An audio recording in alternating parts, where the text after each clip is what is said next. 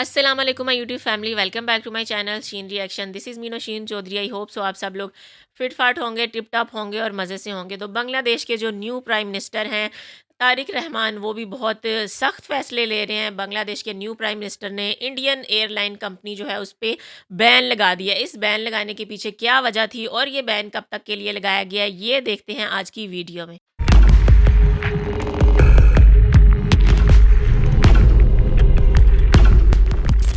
ভোরটি ছিল এক অদ্ভুত রঙে রাঙা। ঢাকার উপরে ম্লান নীল আলো ভেসে উঠছিল, যেন কোনো অদৃশ্য শক্তি রাতের অন্ধকারকে ধীরে ধীরে সরিয়ে দিচ্ছে। জাতীয় সংসদ ভবনের সামনে পথপথ করে ওড়ানো লাল সবুজের পতাকাটি সেই আলোয় যেন নতুন করে জন্ম নিচ্ছিল। অনেকদিন পর মনে হচ্ছিল বাংলাদেশের হৃদয়ে কেউ যেন অক্সিজেন ঢেলে দিয়েছে। হঠাৎ এক ঝোড়ো বাতাস এসে পতাকাটি ছুঁয়ে গেল, যেন সে নিজেই দেশকে বলল, আজ থেকে তোমার পথ বদলাবে।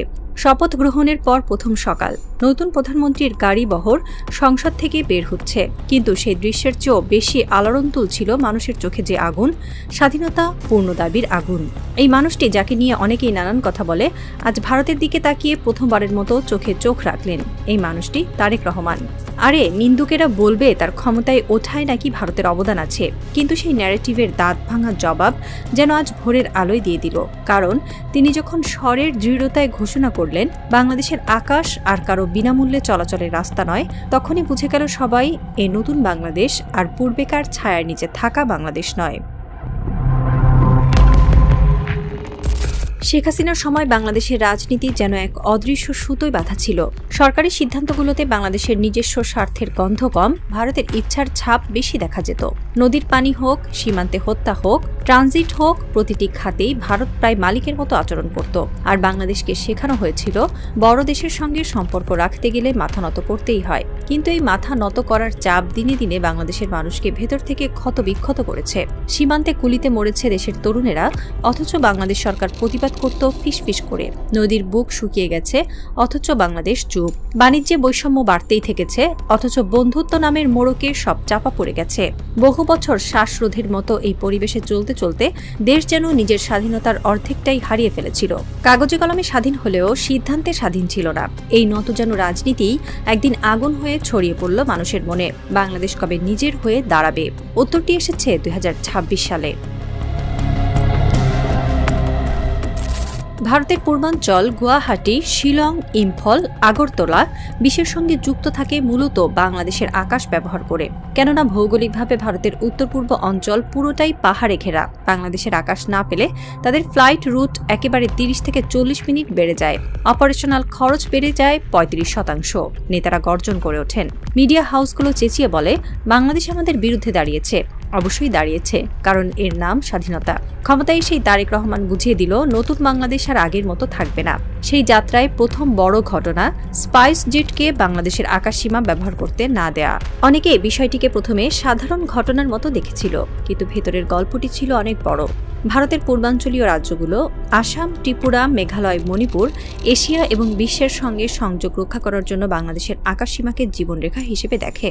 বাংলাদেশের ওপর দিয়ে যেতে না পারলে তাদের ফ্লাইটকে দীর্ঘ দূরত্ব ঘুরে যেতে হয়। এতে অপারেশনাল খরচ বাড়ে, বাণিজ্য ক্ষতিগ্রস্ত হয় এবং ভারতের নিজের আঞ্চলিক কৌশলই দুর্বল হয়ে পড়ে। কিন্তু বছরের পর বছর ভারতের এয়ারলাইনগুলো অভ্যস্ত ছিল বাংলাদেশ কিছুই বলবে না, কিছুদিন টাকা না দিলেও সমস্যা হবে না। কারণ হাসিনা আমলের বাংলাদেশ কখনো ভারতকে এমনভাবে না বলতে সাহস করেনি। কিন্তু তারেক রহমানের বাংলাদেশ বলল, যারা নিয়ম মানবে না তারা আকাশ ব্যবহার করবে না। এটি বাংলাদেশের আকাশ, কারো দয়ার মাঠ নয়। এই সিদ্ধান্ত ভারতের রাজনৈতিক বৃত্তের শক তৈরি করল। মিডিয়ায় আলোচনা শুরু হলো, বাংলাদেশ কি ভারতের প্রতি কঠোর হয়ে গেল?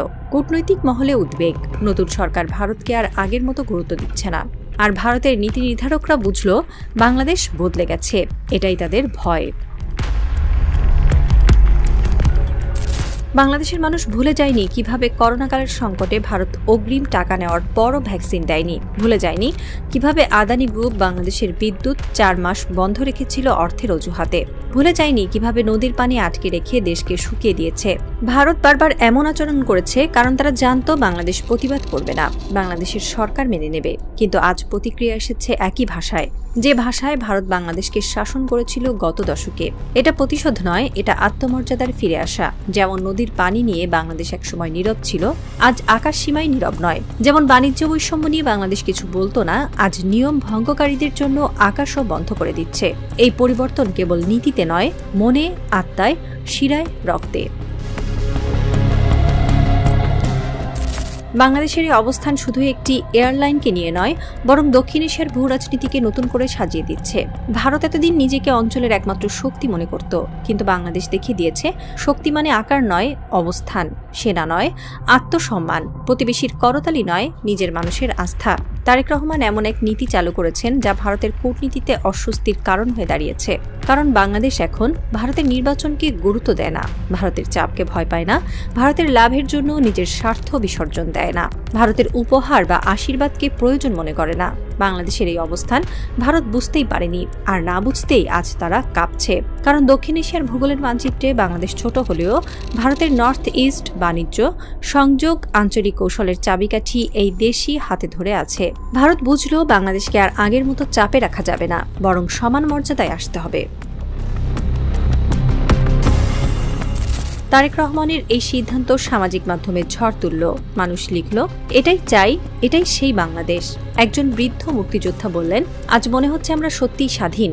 এক তরুণ ছেলে বলল, দেশের আকাশ ফাঁকা ছিল, আজ প্রথমবার মনে হচ্ছে আকাশটা আমাদের।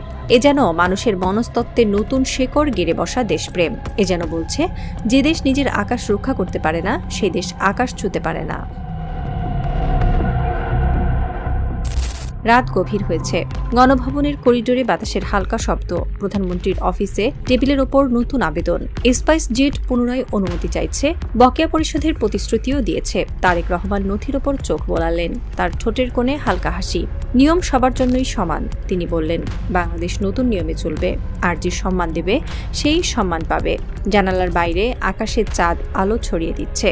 মনে হয় যেন বাতাস ফিসফিস করে বলছে, এ তো কেবল শুরু। বাংলাদেশের গল্প এখানেই শেষ নয়। ভারতও সেই ফিসফিসানি শুনছে। তারা জানে বাংলাদেশের এই শুরুর ভেতর লুকিয়ে আছে দক্ষিণ এশিয়ার নতুন ভূ রাজনীতি, আর লুকিয়ে আছে এমন এক রহস্য যা আগামী বছরগুলোতে ভারতের ঘুম কেড়ে নেবে। বাংলাদেশ সেই যাত্রা শুরু করে ফেলেছে, পেছনে আর ফিরবে না। जी तो व्यूअर्स, ये थी आज की वीडियो। जब शेख हसीना की हुकूमत थी तो इंडिया अपनी जो है वो फुल मनमानी करता था। मोदी जी के इशारे पे बांग्लादेश को चलाया जाता था। जब इंडिया का दिल करता था वो पानी बंद कर देता था, जब दिल करता था पानी खोल देता था।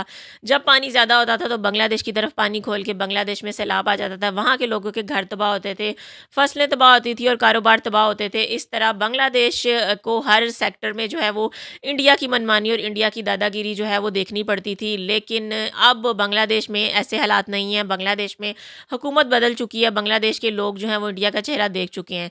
और बांग्लादेश के जो नए प्राइम मिनिस्टर हैं उन्होंने पावर में आते ही तारिक रहमान ने जो बहुत बड़ा फैसला किया है, इंडियन एयरलाइन को बैन कर दिया। इंडियन एयरलाइन जो है उनके फंड्स क्लियर नहीं थे। उन्होंने बांग्लादेश के साथ जो एग्रीमेंट किया था उसको वो पूरा नहीं कर सके और उनके जो फंड्स हैं वो ड्यू थे। इसलिए तारिक रहमान ने इस एयरलाइन पे बैन लगा दिया और अब ये एयरलाइन बांग्लादेश से गुजर के नहीं जाएगी, बल्कि एक चक्कर लगा के जाएगी ऊपर से, जिस पे उसके खर्चे जो हैं वो ज़्यादा होंगे। लेकिन ये कदम जो है बांग्लादेश की तरफ से एक बहुत बड़ा कदम है, क्योंकि बांग्लादेश के प्राइम मिनिस्टर ने ये क्लियर कर दिया कि हम इंडिया के आगे नहीं झुकेंगे, हम इंडिया से नहीं दबेंगे। जैसा कि आपने देखा, बांग्लादेश के प्राइम मिनिस्टर तारिक रहमान ने बहुत बड़ा फैसला ले लिया है और इंडियन मीडिया, इंडियन हुकूमत बहुत ज़्यादा परेशान हो चुकी है। स्पाइस जेट पे बैन लगा दिया गया है। ये कंपनी के जो एयरलाइंस हैं वो अब बांग्लादेश की फ़िज़ा में नहीं उड़ सकेंगी और उन्हें दूसरा रास्ता लेना पड़ेगा, जिस वजह से बहुत ज़्यादा नुकसान इस कंपनी को और भारत को उठाना पड़ेगा। शेख हसीना के दौर में भारत अपनी मनमानी करता था, लेकिन बीएनपी के जो तारिक रहमान हैं वो इंडिया की उम्मीदों पे पूरा नहीं उतरे। उन्होंने बांग्लादेश के लोगों का फ़ायदा सोचा है और ये बैन लगा दिया है। इंडिया की कंपनियां बांग्लादेश को बिजली भी बेचती हैं, बांग्लादेश का पानी भी रोकती हैं और बहुत से फ़ायदे बांग्लादेश से लेती हैं। लेकिन अब बीएनपी की हुकूमत आ चुकी है और भारत के साथ जो ताल्लुकात हैं वो कम किए जाएंगे और भारत को मुंह तोड़ जवाब दिया जाएगा। ये फर्स्ट स्टेप है एयरलाइन पे बैन लगाना। इसके आगे बहुत सारे जो इस तरह की चीज़ें हैं वो तारिक रहमान और बांग्लादेश के जो लोग हैं वो भारत के साथ करने जा रहे हैं। ज़रूर बताइएगा आपका इस वीडियो के बारे में क्या ख्याल है। वीडियो अच्छी लगी हो तो वीडियो को लाइक कर दें, चैनल पे नहीं हो तो चैनल को सब्सक्राइब कर दें और बेल आइकन को हल्का सा प्रेस कर दें। मिलते हैं नेक्स्ट वीडियो में। Till then stay healthy, stay wealthy, stay awesome. अल्लाह हाफिज़।